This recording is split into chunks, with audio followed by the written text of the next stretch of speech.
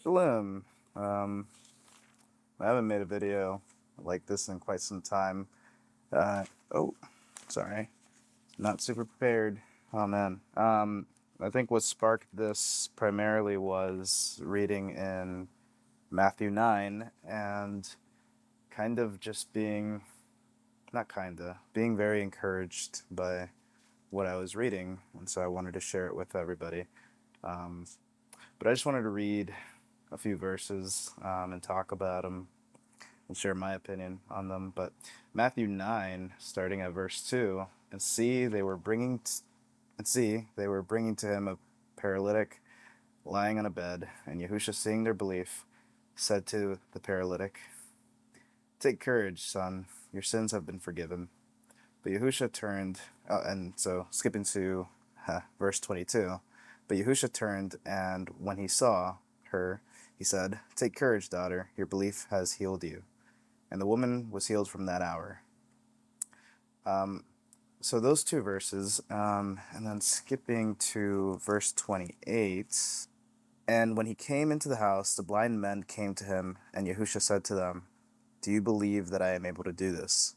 And they said to him, "Yes, Adani," or "Yes, Master." Then he touched their eyes, saying, "According to your belief, let it be to you." And verse 30, and their eyes were opened, and Yahusha strictly ordered them, saying, "See, let no one know." So Matthew 9, for me, the reason I believe why it encouraged me so much is because it was very heavy on belief, and belief changing their outcome, right? Their petitions being granted according to his will, of course, according to their belief. And I've lost sight of that for a long time, quite honestly. And I'm not very happy about that, but I'm very encouraged coming back into the remembrance of that. And I want to do a good job at that because I have not been doing that. Another verse that came to mind and was brought to my attention recently that really strengthened my heart is Hebrews chapter 11, verse 6. But without belief it is impossible to please him. For he who comes to Elohim has to believe that he is, and that he is a rewarder of those who earnestly seek him. Can't tell you how I have not been doing that lately. I've struggled with belief quite a lot lately, and I don't want to do that. I want to believe regardless of what happens in life. And I've noticed a lot of people are going through things, and I just want to say, believe, right? It doesn't mean that, if you want a super shiny car or a promotion at work and you believe that you'll get these things, because it still has to be in his will. I think another thing that I'm trying to come to terms with is whatever his will is, it is a beautiful thing. And it's not to hurt you. It's not to make you upset. It's not to deprive good from you. Sometimes it can be a punishment or a cause and effect of what you did wrong, right? But ultimately, I think all things work out for our good for those who love him, right? And so I believe that whatever's happening in our lives right now, it is his will. And we have to trust that. And if we believe, we can please him. And as you saw with Yahusha, 3 different groups of people. There's a paralytic. I don't know if I'm butchering that word. Sorry if I am. Someone was paralyzed. And then you have the woman. And then you have the blind men. And it's like, what if they didn't believe? Their sins were forgiven. They were healed. They were cured of blindness because of their belief. And so if they didn't have belief, it wouldn't happen. Yahusha, his father Yahuah would not be pleased. And therefore, what if he wasn't able to heal without belief? And what if he's not able to bring us out of what we're going through without belief? What if he's not able to grant our petitions unless we believe? And that's not to say that because it hasn't happened for you or you're still going through your thing, it's because you don't have enough belief. That's not what I'm saying. But what I am saying is the best thing we can be doing right now, and I'm falling short in that, and I want to do better, so please pray for me, is to believe, pleasing him. And I can't even express how horribly, how horrible I've been at that lately. I want to do better. And this video is not to be like, oh, you guys get your stuff together, and I'm doing super well. It's no, I'm trying to get my stuff together, and these are the things that are strengthening me, and I hope it can strengthen someone else. I think for me, transparency is key, and I think transparency helps more than just being perfect all the time. I think for me, when I think of the men of Scripture, I don't think of absolute perfect beings, unless we're talking about Yahusha and Yahuah.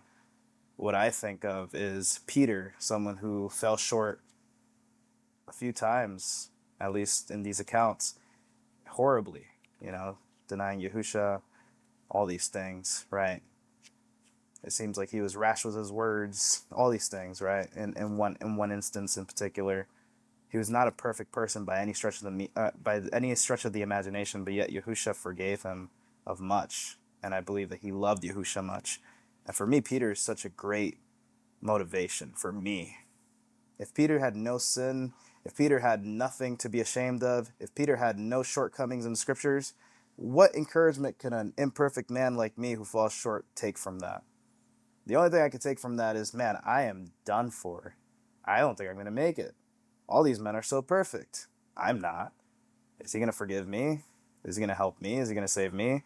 Well, I know he is, Yahuah willing, because I see these examples of these imperfect men that are forgiven. David wasn't perfect. Peter wasn't perfect. Nobody in the Scriptures were perfect except for Yahusha and Yahuah himself. And so, for me, that is more encouragement.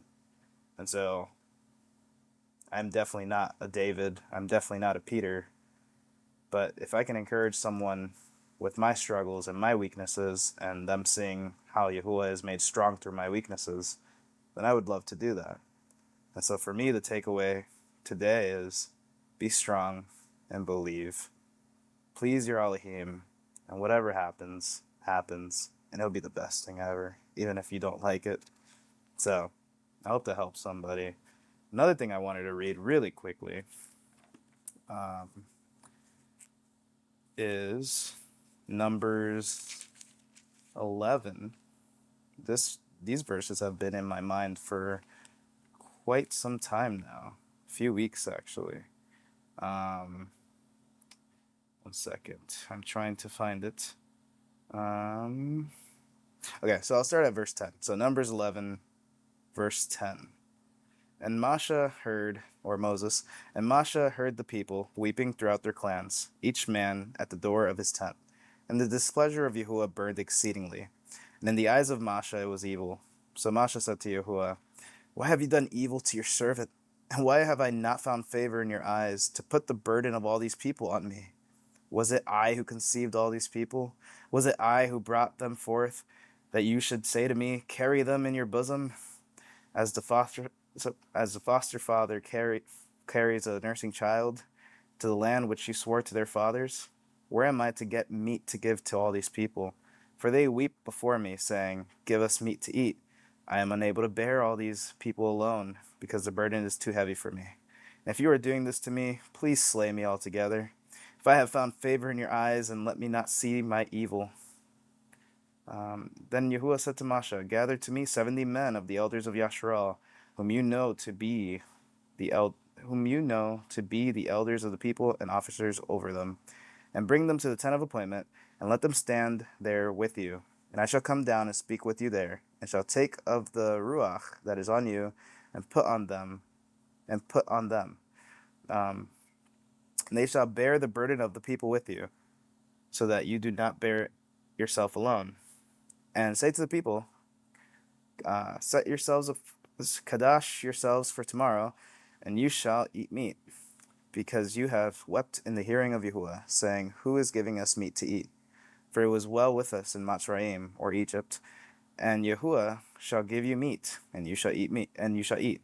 You are going to eat, not 1 day, not 2 days. Not 1 day, nor 2 days, nor 5 days, nor 10 days, nor 20 days, but for a month of days, until it comes out of your nostrils and becomes an abomination to you. Because you have rejected Yahuah, who is among you, and have wept before him, saying, why did we come up out of Mitzrayim, or Egypt? And Masha said, the people in whose midst I am are 600,000 men on foot. And you have said, I give them meat to eat for a month of days? Could flocks and herds be slaughtered for them, to be sufficient for them? Or could all the fish of the sea be gathered together for them, to be sufficient for them? And Yahuah said to Masha, is the arm of Yahuah too short? Is the arm of Yahuah too short? Now see whether my word meets you or not. And Masha went out and spoke to the people the words of Yahuah, and he gathered the 70 men of the elders of the people and stood them around the tent.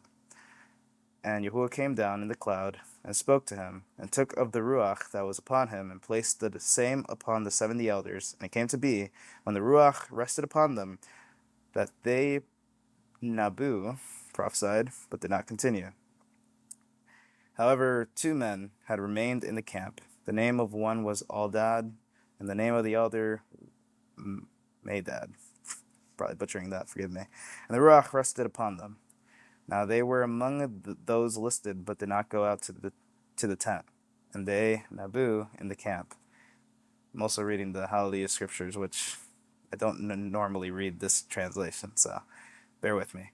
And a young man ran and informed Masha and said, Aldad, Medad, Nabah in the camp. And Yahusha, son of Nun, Masha's assistant from his youth, answered and said, Masha, my master forbid them. Then Masha said to them, are you jealous for my sake? Oh, that all the people of Yahuah were Nabaim, or prophets, that Yahuah would put his Ruach upon them. And Masha returned to the camp, both he and the elders of Yasharal. And a wind went forth from Yahuah, and it brought quail from the sea, and let them fall beside the camp, about a day's journey on this side, and about a day's journey on the other side, all around the camp, and about 2 amma above the surface of the ground. The people were up all that day and all that night, and all the next day, and gathered the quail. And he who had least gathered 10 homers, again, probably butchering that, and they spread them out for themselves all around the camp. The meat was still between their teeth before it was chewed, and the wrath of Yahuah burned against the people, and Yahuah smote the people with an exceeding great plague. Then he called the name of that place Kir Breath. Oh man, I'm butchering that. Forgive me. Because there they buried the people who had lusted from Kirbiath. The people departed from Chatzaruth, and they were at Chatzaruth. Okay, so I think for me, I know the people died in the end, but for me it's encouraging, because what Yahusha's telling Masha is my hand too short? And I think for me that is encouraging, because when you think about it, there's at least 600,000 people there, and they're in the wilderness. How are you going to get enough food to feed these people meat for a month? That's a lot of food, right? I think I saw once a photo of a concert where they had 50,000 people, and it's an insane amount of people. It's hard to even wrap your mind around how much people are there. So to think 600,000 at least, I think there might have been more. Because I think it says 600,000 people. I mean men, sorry. 600,000 men on foot. So what about their wives and children? I don't know. Maybe it's literal. Maybe 600,000 men or humans is what he's trying to say, instead of the gender male. But if he is saying men, as in the gender male, and there are women and children, then there might have been way more than 600,000. But just even 600,000 people is a lot of people to give meat to for a month in the wilderness. Where are you going to go? Are you going to slaughter all the flocks of the earth, I think he says? Because these are things that the mind can't even comprehend. I believe that's why Masha's saying that, most likely. I'm not him. I can't say for sure. But I think it's amazing. And I love it, because his word actually did meet him. And I say that for myself and for everybody else. Is the hand of Yahuah too short? Whatever situation you're going through, is his hand too short? And you know the answer. The answer is no, it's not too short. And I think for me, You know, of course, some of the people died before they could even chew it. And, you know, those people, I don't think they had belief.